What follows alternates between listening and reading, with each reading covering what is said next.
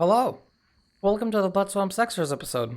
This one is going to cover a few small details I thought are worth mentioning, but didn't make it to my two main videos on the level for a variety of reasons. I mentioned in the last video that the Extras episode will be a bit lengthy this time around, but as you can see, this turned out much shorter. The two things I thought were going to take up much of my time were the torch fights and the fight after the buffed Marauder. Two fights that don't have a lot of nuance to them, so there's not really anything for me to explain outside of what you can clearly see by watching them. So I'll put timestamp links in the description for both of these fights in the 100% all combat encounters world record at the time of this recording. If a new one comes out, I will try to pin a comment to this video referring you to the new one. As a quick reminder, 4 out of the 5 torch fights can be skipped in version 3.1, which is the optimal patch for the speedrun, but cannot be skipped on current patch, so runners who do not down patch will have to do them. There are a few discrepancies between 90% and Hundo though. In the fight after the Marauder, there is no need to worry about killing the final zombies, and there is no need to cross to the other side of the platform after killing the spider.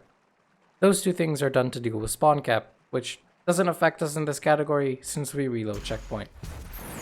And about the torch fights, there is no need to do the secret encounter or grab this codex entry.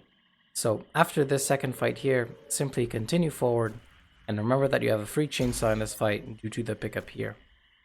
The 100% route BFGs this fight along with the secret encounter, so just know that if you go here at any percent, you'll have to kill everything manually. The only enemies that cannot be seen in the Hundo route are a single Dread Knight and one Mancubus. Yeah, it's very simple.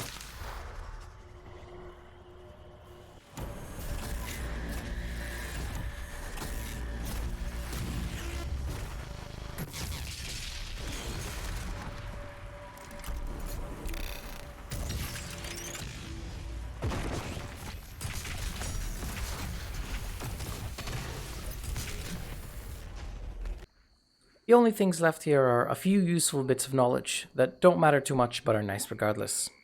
Firstly, when loading into the level, it is possible to just dash back twice and get teleported forwards, rather than use a ballista boost. After timing it, I figured out that it saves absolutely no time whatsoever over the ballista boost method, but I still use it in order to orient myself better and hit the hook more consistently, and I hope it can help anyone else struggling to get the height here.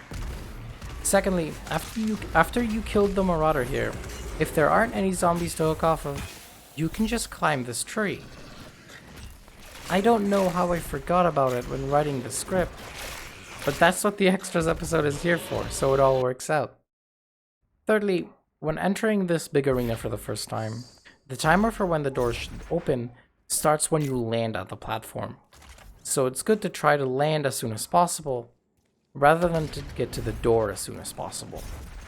Even if it's a bit technical, extremely minor, and the time save is nigh unnoticeable, it's literally free, so I want to mention it regardless. Fourth is this little dash boost before the right side trial. Just want to mention that you can add a third ballista boost for some more height. Looks like this. Fifth thing is the fact that in this little section, you can hook from this zombie all the way to the monkey bar, like so. Very good backup if you lose your speed.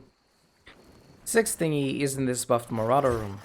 Lower patch runners can actually grab this wall if they look at it and spam long enough for it to be eventually pressed while the prompt is active. Great to know if you want to save a ballista shot. Current patch doesn't need to worry about this since the button requires the buff totem to be broken, and breaking this buff totem also makes the bars detract from the wall.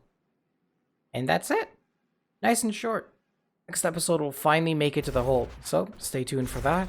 I'll see you there.